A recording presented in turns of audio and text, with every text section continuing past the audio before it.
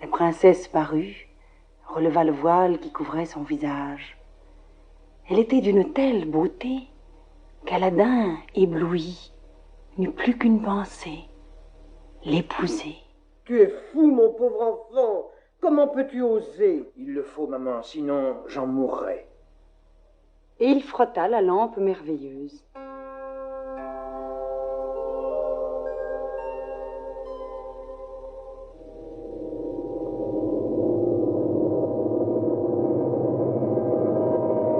Que veut le maître de la lampe? Un présent pour la princesse Boudroul-Boudour. Le génie déposa à ses pieds un grand vase de porcelaine rempli de turquoise, de saphirs, de perles et de diamants d'une pureté sans défaut. Porte-les au sultan, maman, je t'en supplie, et présente-lui ma demande en mariage. Terrorisée par l'audace d'une telle démarche, la mère obéit pourtant. Mêlée à la foule des solliciteurs, elle resta la dernière dans la salle d'attente, n'osant approcher du trône. Le sultan l'aperçut. Bonne femme, que désirez-vous? Votre Majesté, je ne pourrai jamais. Qu'on nous laisse seuls. Restez, monsieur le grand vizir.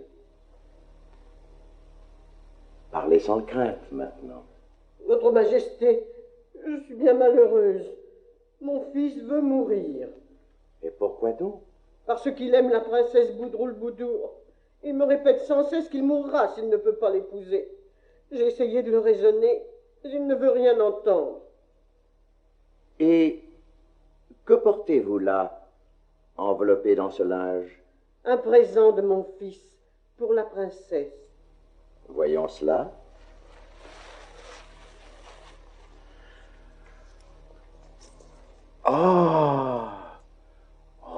Monsieur le grand vizir, ces pierres ne vous paraissent-elles pas dignes de ma fille? Assurément, sire, mais je vous en prie, prenez le temps de la réflexion. Vous avez raison. Bonne femme, dites à votre fils que je puis l'accepter pour gendre, mais que je ne veux pas marier la princesse avant 3 mois. Les 3 mois écoulés, Aladin renvoya sa mère au palais. Le sultan, sur le conseil du grand vizir, à qui ne plaisait guère ce mariage avec un inconnu, voulut exiger l'impossible et par là évincer Aladin. Bonne femme, votre fils n'épousera la princesse que s'il m'envoie avant demain 40 grands bassins en or massif, pleins des pierres précieuses les plus rares. 40 esclaves blancs et 40 esclaves noirs devront me les apporter, tous jeunes et beaux, et superbement vêtus.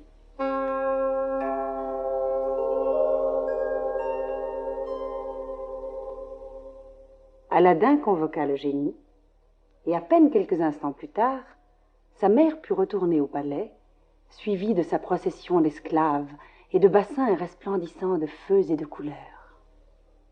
Bonne femme, je n'ai qu'une parole. Votre fils sera mon gendre. Peu après, Aladin, ruisselant de pierreries et monté sur le cheval le plus racé de l'Empire, se rendait à son tour au palais, escorté de 40 cavaliers qui jetaient des pièces d'or sur la foule en délit. Dans mes bras, mon fils, et que les noces soient magnifiques. Je voudrais d'abord offrir un palais à la princesse. Dès le lendemain, les génies avaient achevé la construction du plus somptueux palais qu'on eût jamais vu. Et le jour même, Aladin épousa la princesse. Pendant 5 années, ils vécurent heureux et aimés de tous, parce qu'ils étaient justes et secourables aux malheureux.